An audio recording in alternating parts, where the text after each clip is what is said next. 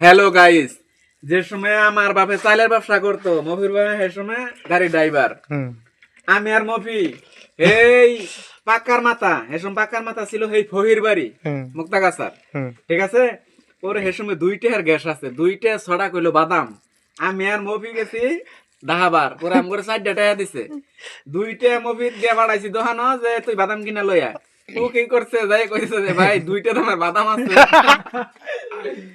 এই কথা কইছে 2টা দামের বাদাম আছে, এসব বেড়ায় কইতেছে 2টা দামের বাদাম কি এর বাদাম মতো বলো। পরে আমার তো হোয়াটসঅ্যাপে আইছি যে 2টা দামের বাদাম কইছে দেন না মুরবি বুঝছেন না, 2টার বাদাম দেন। পরে এই বাদাম এইদিন আঙ্গুর গেছে এই যে মামু কালিয়াকুর বাজার 20 বছর চলতেছে। আমি আর মফি হইলাম পুরাতন দোকানদার। হ্যাঁ। এই বাজারের শুরুতে আমরা হ্যাঁ। আছি এবং থাকবো, দোয়া চাই। ইনশাআল্লাহ। মফি চাচার 100 টাকা নাই এই বাজারের ভিতরে। আই খাই দোয়ারদার। 10 টাকা বিক্রি করলে 20 টাকাই বাকি।